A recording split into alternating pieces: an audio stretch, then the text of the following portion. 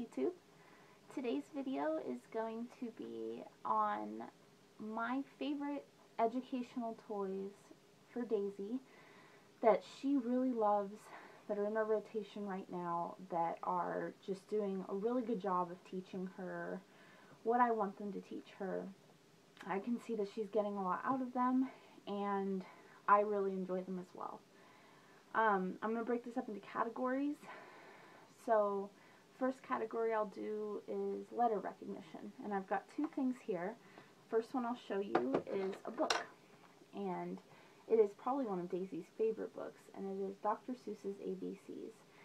And for anybody who doesn't know how this book goes, it's kind of like big A, little a, what begins with A? Aunt Annie's alligator, A. And so it's just, each page is like that. It has the letters in both capital and lowercase, and then it has multiple things that begin with that letter. And so I feel like this book has really helped Daisy not only recognize the letters, but really start conversations about words that start with those letters. She's not quite there yet, but it's the beginning of pre-reading, which I think is great.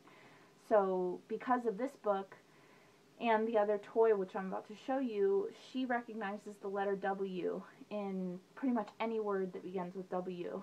And she'll even go, whoa, whoa, whoa. So that's pretty cool. And the reason she can sound out the letter W is because of this next toy. And it is by Leapfrog, and it is called Fridge Phonics. I'm not sure if this toy is still being made, like if you could go to a store and buy it. It might be something where you'd have to get it off eBay, or like I found mine at a consignment store. I have seen in like Big Lots, I believe, a version of this that was like a bucket, and the lid of the bucket was like this base, and then the bucket held all the letters. And so what this does is, it's the base and the letters here, and it just kind of magnetizes in, and then they press the letter. W says W. W says W. Every letter makes a sound. W says W. And I think that that's really cool that it sounds out the letter. It has a, well, the set that I bought from the thrift store had a capital set and a lowercase set. So I've got lowercase letters and capital. I've put away the lowercase until later. Right now we're just working on capital letters. It also has a music note here that I'm not going to press it now because it's kind of annoying. Excuse me. But it plays the ABC song. And so sometimes Daisy will sing along to it. It's just generally a really fun fridge toy that she plays with every day, and I've definitely seen, since we've had this toy and since she's gotten into reading this book, a jump in her letter recognition. The next set of toys, I'll do the book first, are dealing with numbers. The book that I found to be really awesome in that is this. Again, it's old. I got it at a thrift store. I'm not 100% sure. It says 2009, so you may still be able to buy it, but it's Richard Scarry's Let's Count to 10. And the reason I like this book over other counting books, and we have a few others, is that it's not just 3 things or 6 things. It's a story. So like the first page says, it's a new day. Can you find one pig brushing his teeth? So they have to really look in the picture and find that one thing. You know, can you find 4 pieces of toast flying in the air? Can you find, you know, 3 pigs ready to eat? Just stuff like that. So I really like this book. It engages Daisy, but it also gets her kind of paying attention because she's got to look and find the letters, or the numbers, sorry. And then this puzzle, which I really love, it's Melissa and Doug, and I like, first of all, that it's the Montessori number introduction, which is 0 through 9, being the first numbers introduced. So I really like that about this puzzle. I like that it is peg, so that's where she's at puzzle-wise right now. She's mastered the chunky puzzles, so the peg puzzles is kind of what she's working on, and I like that it's peg. And I like that behind each number is a recognizable set of animals. So she knows that those are bugs. She calls them bugs. They're technically butterflies. Sometimes she might say butterfly, but for the most part she says buggy, which is fine. And I like that the 6 and the 9 are interchangeable. Not that I necessarily want her interchanging them, but it would be really frustrating to me because they are almost an identical shape if they didn't fit in each other's slots. So I really like that about it. And the pictures are just really bright, you know, one snake. It's really nice, and she enjoys playing with it. My next, I guess, category would be shapes, and I have 2 things for that. The first I'll show is this.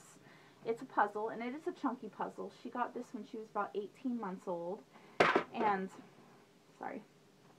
The thing I really, really like about this puzzle is that the shapes, for one, are really nice and thick. She probably could have done this one a little earlier than 18 months, but I like that it's got the color behind it, and that no 2 shapes are the same shade. So, like, you do have a light blue and a dark blue, but otherwise, you know, they're different. And I feel like, you know, she's starting out with her and doing it with her. I would say red oval, and we'd put it in the oval. And so now she does the same thing. She'll hold it up and she'll be like, red oval, and she'll put it back. Or she doesn't know purple yet, but she'll say star, and she'll put it back. Or heart, and she'll put it back. So she, from this puzzle alone, learned oval, star, heart, circle, and diamond.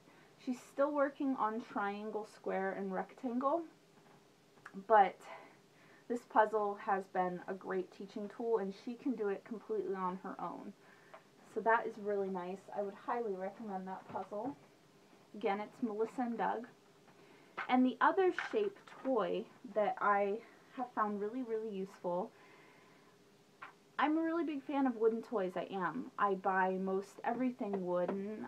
I feel like it's a limited time that our kids are willing to play with wooden toys. I know that eventually my house is going to be full of plastic crap. And so the more quality wooden toys I can surround Daisy with while she's still willing to play with them, the better.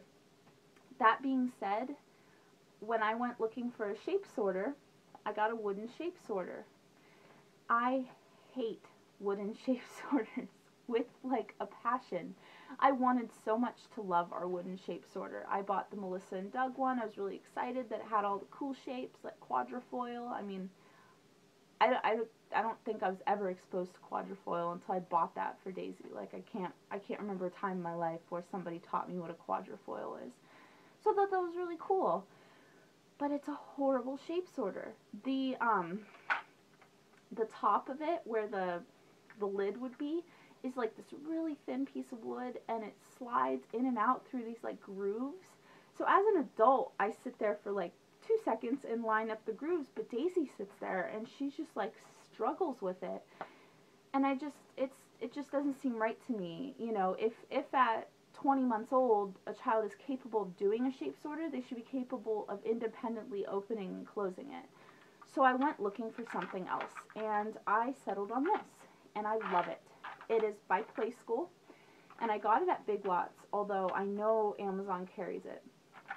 And the thing that I love about it is that the top, this is the lid, pivots.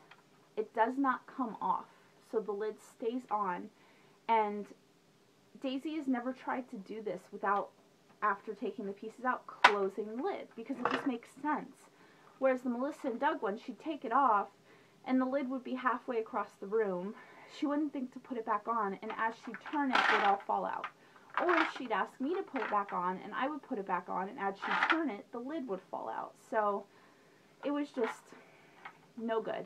The other thing I really like about it is that it's got faces, which is cute, but the faces correspond to the opposite side. So you have like, you know, star, circle, crescent, and then on the opposite side of the cube, you have the same. So it gives children twice as many options to get the shapes in. Whereas the wooden shape sorter that we had would only have each shape appearing once, and so it was a lot harder for her to find those shapes. And some of the shapes were a little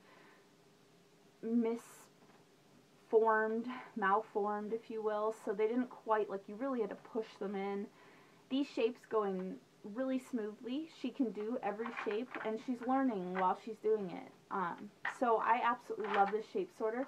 It also, if you have a younger baby playing with it, which we will, it has really neat textures on each side, and they're all kind of different, so I think that that's really neat too. It appeals to that, and each block has a corresponding texture. So, like, let me grab it out. If you can see the little triangle texture that's here, the rectangle block has that same texture. So it's just another way to help them get it in the right space. I don't know. I love this shape sorter. That's all I have to say about it. The last two toys are just kind of random things that have taught Daisy in a wonderful way. This one is a sound puzzle.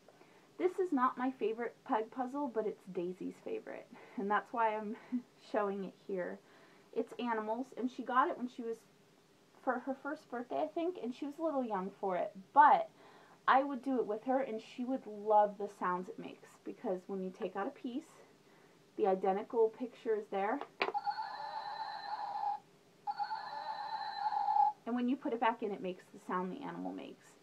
Now, there are cons to this puzzle. If you take out a piece and you forget about it, or she takes it out and she doesn't put it in all the way, and she leaves it on its shelf, and this is why this doesn't live in her bedroom, by the way. And the night goes on, and I put her to bed, and then I go to turn the lights out at 10 or 11 or 12. As soon as, like, the light is taken away from the sensor, it will go off. So that has been kind of annoying. But otherwise, I love this puzzle, and so does Daisy. The last toy that I have that both of us really, really like are lacing beads. Now I have all sorts of different lacing beads. I have Alex lacing beads, which are like little farm themed. I've got Melissa and Doug lacing beads, which are different shapes. I've got random lacing beads from the thrift store. But all but the Alex brand came with shoelaces, and Daisy was physically capable of doing lacing beads at 14 months, but the shoelaces, they're, even now at 22 months, she can't lace just the shoelace in there on her own. Now, I've thought about, like, starching the ends of the shoelaces just to make them stiff, or like rolling them in hot glue and letting them dry, and those are definitely possibilities, but eventually I do want it to be more challenging for her. It's just right now, why let a toy that she could easily do on her own, and that's really captivating. She'll spend like 15-20 minutes on her own quietly doing this, but if I didn't have this, she wouldn't. So this is what came with the Alex Toys lacing beads, and it's just like all the other shoelace string, except it has a wooden dowel on the end, and this is awesome. This enabled her at 14 months to do it, and it was still a challenge, and it's still a challenge today. She laces it, but then she's got to grab this end. A lot of times she would do this, and so it was definitely like a learning curve, but now she grabs it and she knows, and I feel like it's a really nice transition between not lacing and the shoelaces. So if anybody out there plans on getting lacing beads, I would recommend getting at least one set of the Alex Toys lacing beads, because this dowel has been invaluable. I don't keep any of the other laces with her lacing beads right now, just this. I've put all the other ones away until she gets a little older. But yeah, that is probably our favorite educational toys, the ones that Daisy just absolutely loves, and so do I. Thank you for watching.